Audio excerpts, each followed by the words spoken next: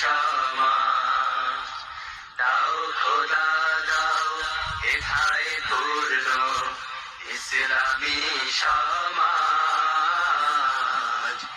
প্রিয়জনরা, আসসালামু আলাইকুম রহমতুল্লাহ বারাকাতুহু। আমার প্রিয়জনরা, আমরা আমার মাথার উপরে দিয়ে একটা 19 সেকেন্ডের ভিডিও দেখলাম, যে এখানে পাকিস্তান সময়ে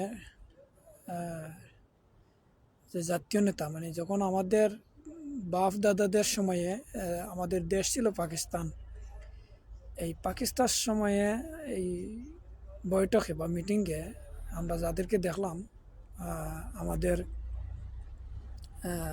মরহুম মুজিবুর রহমান, মরহুম শেখ আল্লামা আবুল আলা মওদুদি এবং পাকিস্তানের অন্যান্য নেতৃবৃন্দ এবং মরহুম অধ্যাপক শহীদ গোলাম আজম স্যারের, তাহলে ওই সময়ে এই জাতীয় নেতৃবৃন্দরা একই সাথে দেশের বিভিন্ন আশয় বিষয় নিয়ে তারা আলোচনা করছেন, একসাথেই বসছেন। তখন আল্লামা মওদুদির সাথে, যেটা আমি বলতে চাচ্ছি, বা গোলাম আজম স্যারের সাথে শেখ মুজিবুর রহমান যখন বসছেন, তখন সমস্যা ছিল না। সমস্যার যত কেন্দ্রবিন্দু হইল যে বাংলাদেশ স্বাধীন হওয়ার পরে। তো এই বাংলাদেশ স্বাধীন হওয়ার আমি পরবর্তীতে আসছি একজন বুদ্ধি প্রতিবন্ধী সাংবাদিক নামের সাংঘাতিকের, আমি গতকালকেও দিয়েছিলাম একটা ভিডিও, ধারাবাহিক আজকেরটা তুলে ধরাকে। তো যেটা এই সময় বলে যে যখন পাকিস্তান সময়ে পশ্চিম পাকিস্তান এবং পূর্ব পাকিস্তান উভয়ের নির্বাচন হয়েছিল এবং নির্বাচনে জয় হয়েছিলেন মরহুম শেখ মুজিবুর রহমান, কিন্তু ওই সময়ের ক্ষমতায় যিনি ছিলেন তিনি আর ক্ষমতা হস্তান্তর করেননি, বরং কুখ্যাত করে রাখার জন্য করছেন। তো ওই সময়ে বর্তমান বাংলাদেশের বাংলাদেশ জামাতে ইসলামীর নেতৃবর্গ তখন তো একসাথে ছিল, যেহেতু পাকিস্তান, তখনই তার প্রতিবাদ করেছেন যে যিনি জয় হয়েছেন বা যেই দল, তার কাছে ক্ষমতা হস্তান্তর করার জন্য।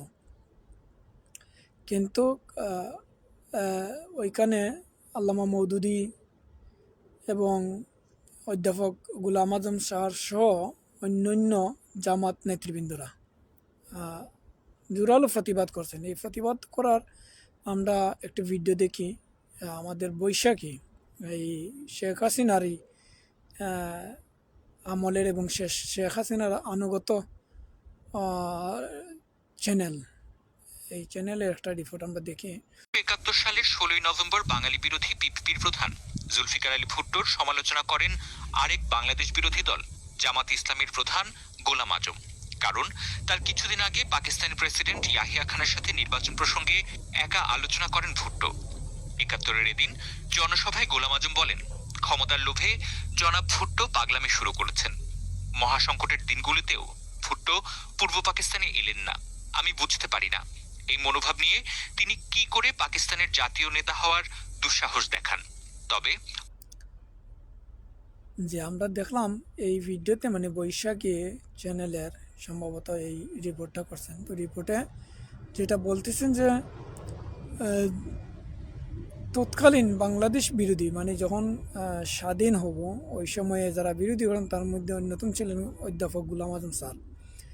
এই কথা বলেই বলছেন যে তখনই বাংলাদেশ, মানে এই শেখ মুজিবুর রহমান তথা মুসলিম লীগ বা আওয়ামী লীগ যখন জয়যুক্ত হয়েছিল, এই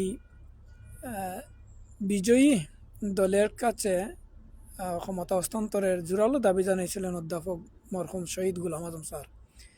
কিন্তু আমাদের দেশের বর্তমান যে বুদ্ধিজীবী নামের এবং সাংবাদিক নামের সাংঘাতিকরা তার মিথ্যা প্রচার করছেন। এটা অত্যন্ত দুঃখজনক এবং ঘৃণিত। যারা সত্যকে তোলার মন মানসিকতা নাই, সবকে সত্যরে এড়িয়ে গেলে মিথ্যায় দেরি তারা চায় যে সেটাকে দেখে দেওয়ার জন্য। এই দেখে দেওয়ার মূলত, তো আমার প্রশ্ন হলো, যদিও আচ্ছা আমরা আরও একটা ভিডিও দেখি যে এই যে সাংবাদিক নামের সাংঘাতিক লোক ভারতের আছে দল। ইনফর্মড, তারা আরবের ইতিহাস বলতে পারবে, ইসলামের ইতিহাস বলতে পারবে, অনেকের চাইতে ভালো করে বলতে পারবে, ভারতবর্ষের ইতিহাসের কথা জিজ্ঞেস করলে আসে খুব সুন্দর করে বলতে পারে। কিন্তু যখন ৭১-এর ইতিহাসের কথা বলে তো দেখবেন কি বলে, আমি তখন শিশু ছিলাম, আমরা তো এটা ছিলাম, আমার পূর্বপুরুষরা করেছে, যদি কোনো অপরাধ আমরা করে থাকি দুঃখ প্রকাশ করব। একটা ঘাতক বাহিনীকে, ইসলামের নামে বিশাল মুসলমান জনগোষ্ঠীকে তার স্বায়ত্ত শাসন চাইবার অপরাধে, তাহলে এইসব আপনি কি বিশ্বাস করেন যে এরা সত্য কথা বলে? এরা মুনাফেকি করে, জানে অপরাধ স্বীকার করবার মতন সৎ সাহস তাদের নাই, শুধু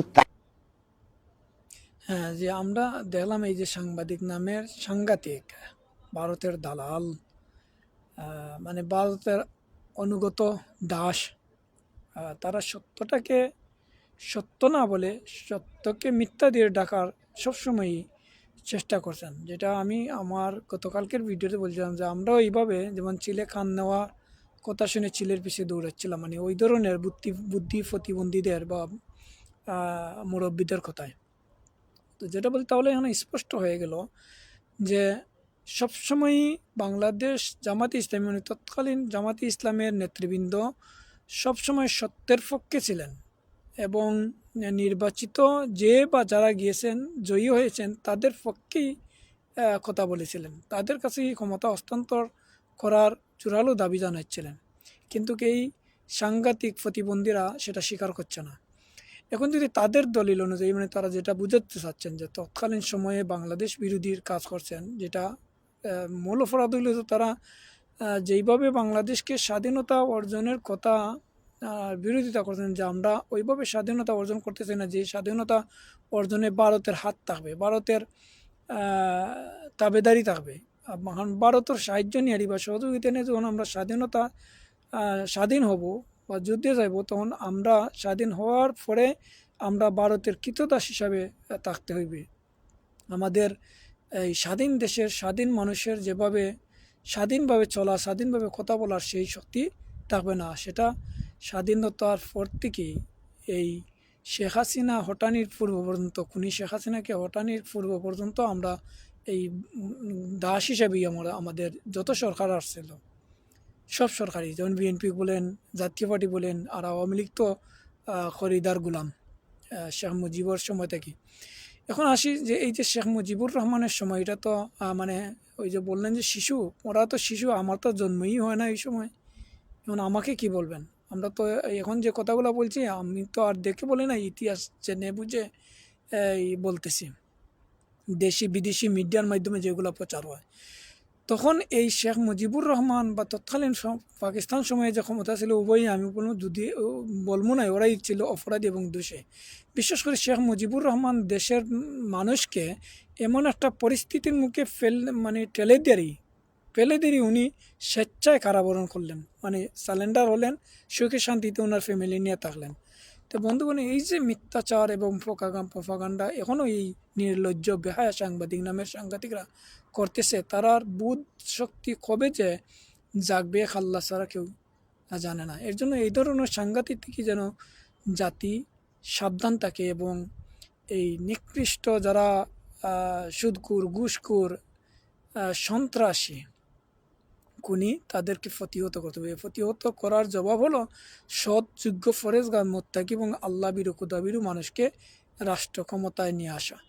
সবাই ভালো থাকেন, সুস্থ থাকেন। আসসালামু আলাইকুম রহমতুল্লাহ।